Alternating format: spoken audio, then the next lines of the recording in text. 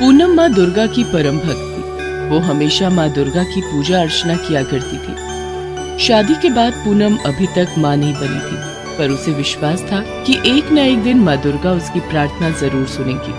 पूनम को दिन चढ़ते पर किसी न किसी कारण महीने भर भी बच्चा गर्भ में नहीं ठहर पाता था। इस कारण सास उर्मिला पूनम से बहुत चिढ़ी हुई रहती थी। पूनम की प्रार्थना माँ दुर्गा तक पहुँच गई और इस बार पूनम गर्भवती हुई तो बच्चा ठहर गया। पूनम को तीसरा महीना चल रहा था। पूनम बहुत खुश थी। माँ दुर्गा, मैं जानती थी आप मेरी झोली में बच्चे का सुख जरूर दोगी। आप मेरी मनोकामना जरूर पूरी करोगी। मैं जानती थी मैया, अब आपकी कृपा से सकुशल बच्चे का जन्म हो जाए। बस यही प्रार्थना करती हूँ माँ, मेरे आने वाले बच्चे की रक्षा करना माँ। पूनम के पति अनिरुद्ध को फैक्ट्री के काम से कुछ दिनों के लिए बाहर जाना था। सुबह अनिरुद्ध के जाने के बाद उर्मिला की ननद उसे मिलने आ जाती है। अरे ननद जी आओ आओ, बड़े दिनों बाद आई हो। अब 2-4 दिन रुक कर ही जाना। हाँ हाँ भाभी, अभी कुछ दिन रुक कर ही जाऊंगी। और बताओ अनिरुद्ध कैसा है? फैक्ट्री गया होगा वो तो इस टाइम। अरे नहीं नहीं, वो तो अपनी फैक्ट्री के काम से कुछ दिनों के लिए बाहर गया हुआ है। बहू अंदर है, रुको मैं बुलाती हूँ। पूनम बहू, देखो बुआ जी आई हैं, चाय नाश्ता बना ला। तुम्हें खुशखबरी देनी थी ननद जी। पूनम बहू पेट से है और इस बार बच्चा भी ठहर गया है। 3 महीने ऊपर हो गए हैं। अब बहुत जल्द पोते का मुंह देखूंगी। पोता नहीं पोती, मैंने आजमाया हुआ है।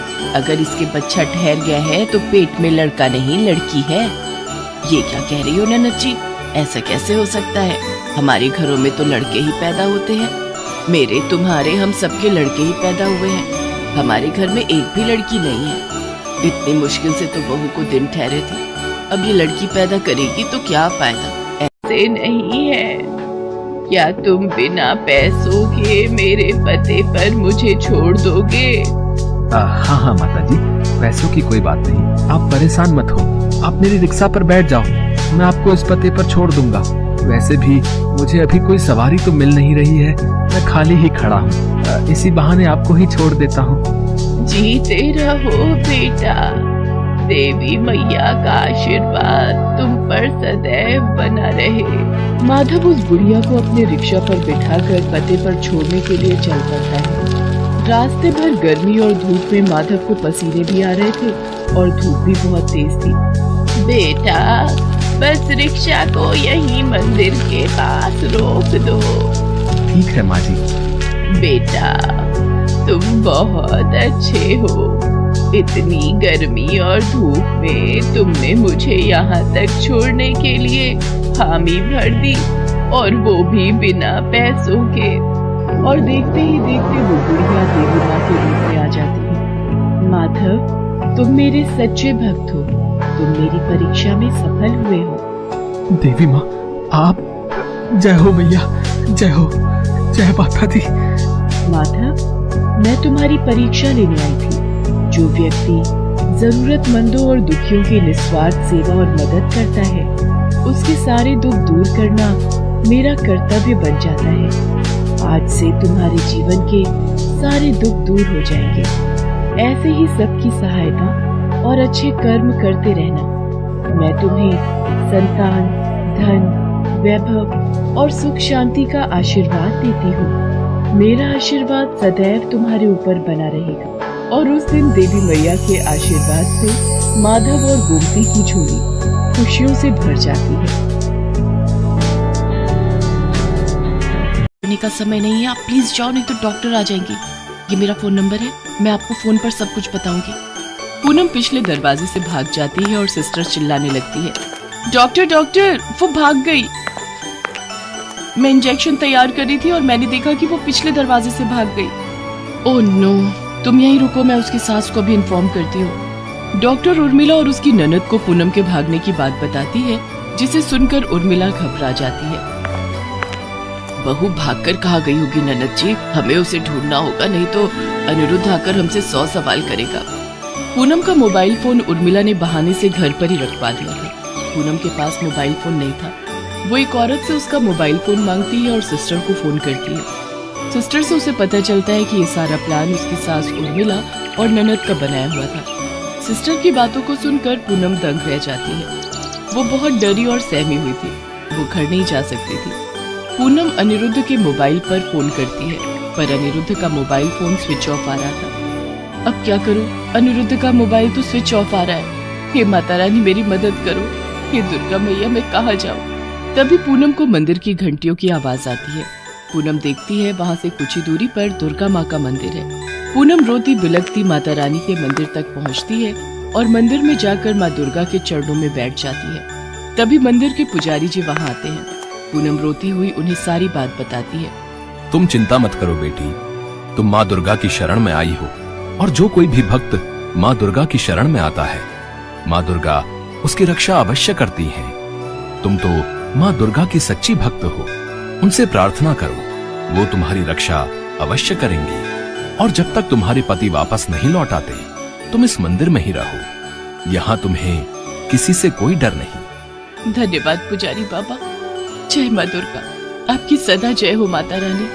अगले दिन अनिरुद्ध का फोन लग जाता है और पूनम अनिरुद्ध को सारी बात बताती है। अनिरुद्ध वापस लौटकर सीधा मंदिर जाता है। पूनम अनिरुद्ध को देखकर रो पड़ती है। दोनों माँ दुर्गा को नमस्कार करते हैं। अनिरुद्ध पुजारी बाबा को भी धन्यवाद कहता है और पूनम को लेकर घर आता है। पूनम चलो जल्दी से अपना सामान पैक कर लो, अब हम यहाँ नहीं रहेंगे। मुझे माफ कर दो बेटा, मुझसे बहुत बड़ी गलती हुई है। मैं ननद जी के बहकावे में आ गई थी। ऐसे घर छोड़कर मत जाओ, मैं अकेली तुम दोनों के बिना नहीं रह सकती। नहीं माँ, जिस घर में मेरी पत्नी और मेरा आने वाला बच्चा सुरक्षित नहीं, उस घर में मैं नहीं रुक सकता। अनिरुद्ध पूनम को लेकर दूसरे घर में रहने के लिए चला जाता है।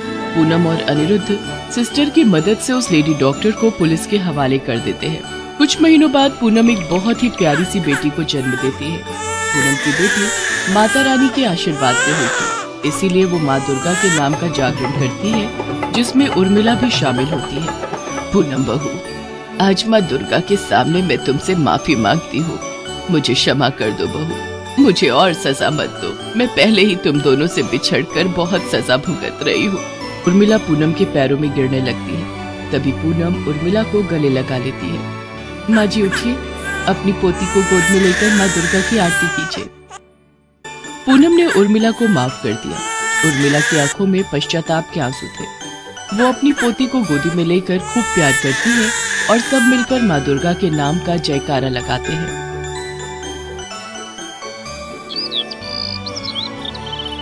गौरी अभी तुलसी माँ की पूजा करके रसोई घर में गई ही थी कि सास कमला ने आवाज लगाई। अरे गौरी बहू, चाय लाने में और कितनी देर लगेगी? रोजाना 1-1 घंटा तो तू पूजा में लगा देती है। कितने मन से 7 साल पहले तुझे ब्याह कर लाई थी कि घर में बच्चों की चहल पहल से खुशियां आएंगी। हमें क्या पता था एक बांझ बहू हमारे गले पड़ जाएगी। गौरी के आंसू अभी पलकों से छलकने ही वाले थे कि तभी पति अनिल ने आवाज लगा। गौरी, मेरा तौलिया कहाँ है? तुमसे कितनी बार कहा है, मेरी चीजें सामने नजर ना आए तो मेरा दिमाग खराब हो जाता है। ऊपर से मुझे तुझ जैसी बांझ औरत मिली है। गौरी रसोई में जाकर फूट फूट कर रोने लगी। तभी गौरी के पड़ोस में रहने वाली जया अपने बच्चे को लिए आ जाती है। नमस्ते अम्मा जी, कैसी हो? गौरी दीदी कहाँ है? लो, इसी की कमी थी, आ गई धमकती हुई गौरी से मिलने। ये अच्छी सहेली बनी फिरती है गौरी की। जा देख ले, रसोई में है। कमला को जया का घर में आना पसंद नहीं था, क्योंकि जया पैसे वाली नहीं थी। पर जया गौरी को बड़ी बहन जैसे प्यार करती थी। गौरी दीदी कहाँ हो? अरे कुछ हुआ है क्या? तुम्हारी आंखों में आंसू? अरे नहीं, वो तो मैं प्याज काट रही थी तो आंखों में नमी आ गई। सोनू बेटा, आजा मेरी गोदी में आ। क्या खाएगा? मैं तुझे चॉकलेट देती हूँ। हाँ हाँ, पूरा घर लुटा दे पर आए बच्चे पर, अपना तो तेरे से पैदा होता नहीं। जया चुपचाप वापस घर चली जाती है। तभी गौरी का ससुर राम प्रसाद आ जाता है। अरे कमला, कल याद से बहू को उन तांत्रिक बाबा के पास ले जाना, ठीक है? ठीक है, मैं बहू को कल ही तांत्रिक बाबा के पास ले जाती हूँ। कमला गौरी को अगले दिन जबरदस्ती तांत्रिक बाबा के पास ले जाती है। तांत्रिक बाबा, मेरी बहू की शादी को 7 साल हो गए पर आज तक इसकी गोद खाली है। एक उपाय है, तुम्हारी बहू को 15 दिनों तक चमत्कारी जल पीना होगा। तुम रोजाना अपनी बहू को मेरे पास ले आना। एक दिन कमला को कुछ काम आ गया, इसलिए उसने गौरी को अकेले ही भेज दिया। क्या हुआ, आज तुम अकेली आई हो? माताजी साथ नहीं आई? जी वो आज माँ जी को कुछ काम था। अच्छा अच्छा, कोई बात नहीं।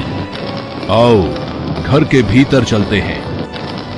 डरो नहीं, आज तुम्हें जल को आकाश के नीचे नहीं पीना, बल्कि बंद दीवारों में पीना है। गौरी को ये बात अजीब लग रही थी, पर वो मजबूर थी, इसलिए तांत्रिक के साथ घर में चली गई। तांत्रिक का व्यवहार उसे कुछ ठीक नहीं लगा। वो गौरी के नजदीक आने लगा। तभी, ये क्या कर रहे हैं आप? आपको शर्म आनी चाहिए। गौरी तेजी से दरवाजा खोलकर घर की ओर भागी। रास्ते में कुछ लोग माँ दुर्गा के मंदिर पर माँ का जयकारा बोल रहे थे। जया भी भक्तों के बीच खड़ी थी। उसकी